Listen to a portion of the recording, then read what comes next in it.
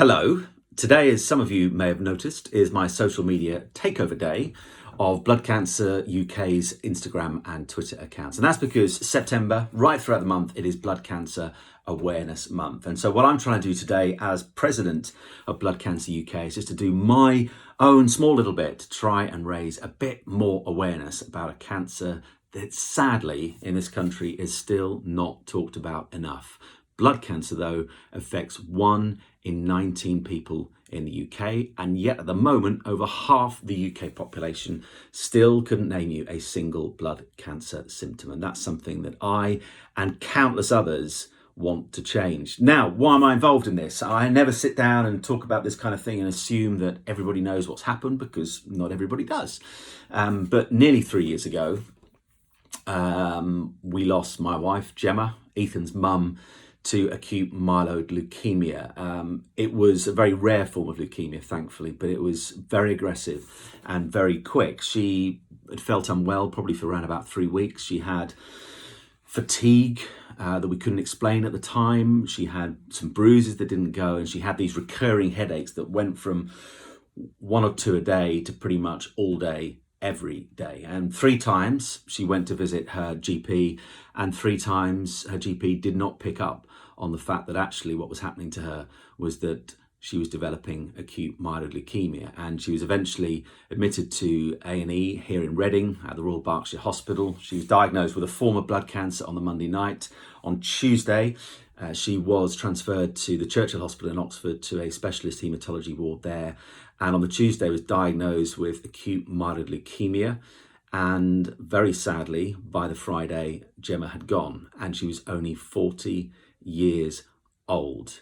And I'm not saying that had we picked up on the symptoms that everything would have been okay, because actually the survival rate for anyone with acute myeloid leukemia beyond 5 years is still very, very low, but it might have given her more time. But we just didn't know that the symptoms she was displaying can be telltale signs of blood cancer, and in her case actually were symptoms of blood cancer. And I just want to help people avoid that kind of thing happening to them.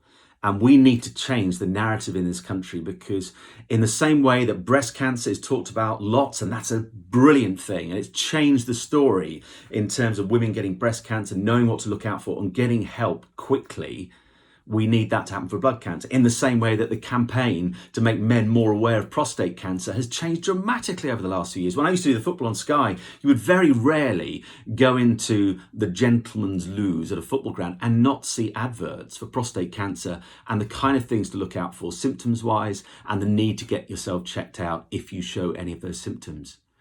But for blood cancer, you rarely see that kind of level of awareness. But as I said, it affects 1 in 19 people. So what kind of things do you need to look out for, folks? Well, here are some of the symptoms you need to pay attention to.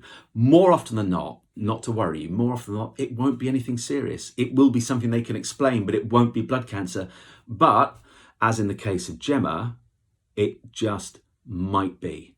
And it's better to get yourself checked out than potentially die of ignorance. So if you have persistent and unexplained tiredness that doesn't go, it maybe is time to go to your doctors. If you're suffering from unexplained weight loss, if you've got unexplained bruises that don't go, or bleeding that is unexplained as well, get yourself checked out. Breathlessness can be a sign of blood cancer. Night sweats, bone, joint pain, and lumps and swelling in your neck, in your stomach, in your groin area could also be a sign that something seriously is wrong. And at the moment, over 50% of the UK population couldn't name you a single one of those symptoms, but they are all symptoms of blood cancer. And if you or a friend at the moment is suffering with any of those kind of symptoms and you can't explain it, then please get yourself down to the doctors. I know things aren't easy on that front at the moment because of COVID, but please get yourself checked out. It could be the difference between whether you're here this time next year and you're not. But as is thankfully the case for the vast majority of people, it will probably be nothing to worry about. And I also want to raise awareness for Blood Cancer UK, because this, like for so many charities, and especially smaller charities, is such a tough time. Yes, understandably, the focus is on COVID at the moment and trying to find a vaccine, trying to work out a way to live with this wretched virus that just seems to be going absolutely nowhere at the moment. It looks like we'll only be spending Christmas with just a few people. But let's not worry about that right now. But it has had a devastating effect on lots of different charities, and Blood Cancer UK, sadly, is no different. It's cost them £6 million so far. 30 staff who are doing an amazing job for the fight against blood cancer have had to be laid off. And as worrying, perhaps more worrying than that, in terms of the narrative, the journey, the story about blood cancer and what we're trying to do to heal people and to make them better of this terrible disease, £1.8 million has been lost to blood cancer research because of COVID-19. It's having a devastating effect on this charity and sadly plenty of others as well. And I'm trying to do my bit not to fill the financial gap, but just try and spread the word that blood cancer is not going anywhere. Hopefully COVID will go somewhere in the next few months when the vaccine arrives, fingers crossed.